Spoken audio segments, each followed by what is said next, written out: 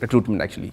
I think this is a common inference towards the end when we talk about we had great job descriptions that you mentioned, and we are going to the market and hiring, and there was a time lag. So what could be the reason for it? Now we are taking an inference. If we are able to give an inference which all different people who are responsible for recruitment process are convicted about, probably that is the answer. And how to make that conviction happen probably is, again, depends upon the good data. I give an example that there are two aspects to it.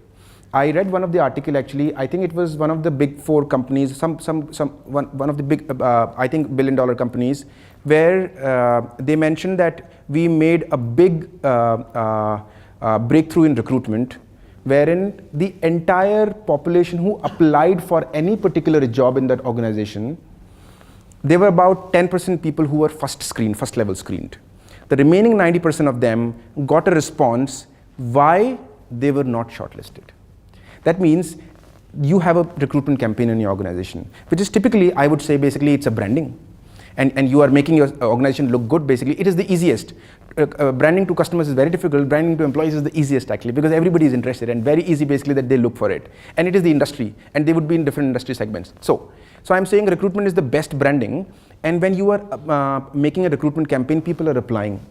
And if 10 people apply and only one person gets shortlisted, there has to be a message that goes out to those 9 people why they were not shortlisted.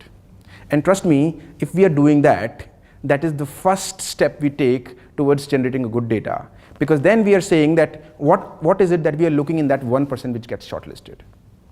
And that is one starting aspect of it. And when we are discussing actually and how are we making it happen, looking at it from a simplification perspective, if an email has to go out, if there is a simple framework that we design in the beginning, apart from the job JDs, what are we looking at, what are we not looking at?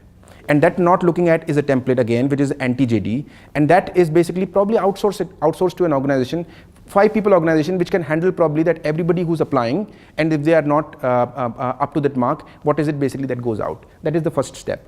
And the second step would be basically that when we are shortlisting those people actually from a JD perspective, which is the 10%, how are we making that particular screening process simplified? If we do not make the screening process simplified, the data will get lost. So, and that simplification process probably could be that the way everybody is screening, that person is able to put that data. Now, that is one pain problem basically every organization has, and the solution is lying with every single organization. That means you know that what will work in your organization when you are screening somebody, and what is the answer that that person basically should put in the system before they are shortlisting or not shortlisting. And I think if probably we have a simple process of putting once in a quarter review from a recruitment talent acquisition process owner perspective that why it is happening and why not happening, I think we will have that data generated from that feedback perspective, which could be automated.